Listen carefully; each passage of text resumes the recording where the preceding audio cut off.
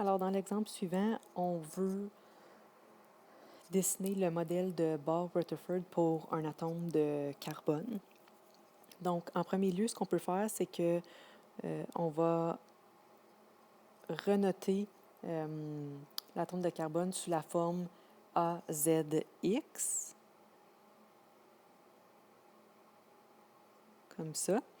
Alors, notre X, c'est le symbole de l'élément, donc ici, ça sera C pour le carbone.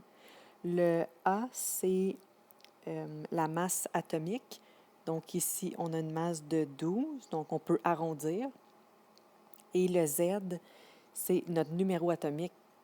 Et ici, il est de 6. Donc, ce qu'on peut faire à partir de ça, c'est on sait que notre Z, donc notre numéro atomique, c'est égal à le nombre de protons. Alors ici, c'est 6 protons. Et on sait que notre nombre de neutrons, c'est A moins N, qui est égal à 12 moins 6, qui est égal à 6 neutrons. OK? Donc, la logique derrière ça, c'est que la masse d'un atome est déterminée par les protons et les neutrons, alors que les électrons, eux, on néglige leur masse parce qu'elle est 12 000 fois plus petite que celle d'un proton ou d'un neutron. Donc, si on dit que la masse des protons et des neutrons est de 12, puis qu'on sait qu'on a 6 protons, donc c'est la raison pour laquelle on peut faire 12 moins 6, puis ça nous donne notre nombre de neutrons. Et finalement, si on veut déterminer notre nombre d'électrons, eh bien, puisque l'atome ici est neutre, donc on n'a aucune charge, on sait qu'on a autant de charges positives que de charges négatives.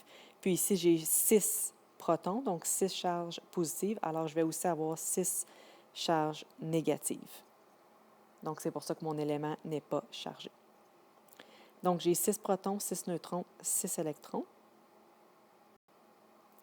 Donc, je vais juste retranscrire ça ici. Donc, 6 protons, 6 neutrons et 6 électrons. Alors, je vais dessiner mon noyau. Dans le noyau, on retrouve les protons et les neutrons. Et c'est sur les couches électroniques alentour du noyau qu'on va retrouver les électrons. Alors, je dessine ma première couche électronique et je vais dessiner 2 électrons parce que la première couche électronique peut seulement contenir 2 électrons. Puis ensuite, je dois passer à la suivante. Donc là, ma couche est pleine parce que j'en ai mis 2.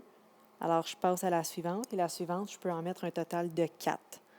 Et en tout, j'en ai 6, j'en ai déjà placé 2. Donc, c'est parfait. Je place mes 4 autres qui me restent. 3 et 4. Donc, afin de vérifier si mon modèle est bien dessiné, je peux faire une vérification à l'aide de mon tableau périodique en vérifiant la famille et la période de l'élément. Alors, on sait que la période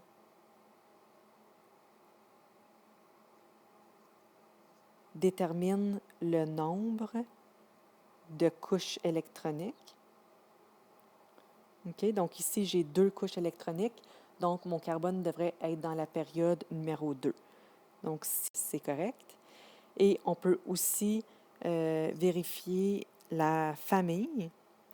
Donc, la famille, le numéro de la famille, c'est égal au nombre d'électrons de valence. On se souvient qu'un électron de valence, c'est les électrons qu'on retrouve sur la dernière couche électronique. Donc ici, on en a 1, 2, 3 et 4. Alors ma famille devrait être 4. Mon modèle a bien été dessiné. On voit dans notre tableau périodique, on trouve le carbone qui est juste ici. Et on regarde l'atome de carbone est dans quelle période. On voit qu'il est dans la période numéro 2. Okay? Donc, la période, c'est la ligne à laquelle on trouve le carbone. Donc, ça veut dire, je tourne dans mon tableau périodique Donc ici, c'est la famille 1, 2, 3 et 4.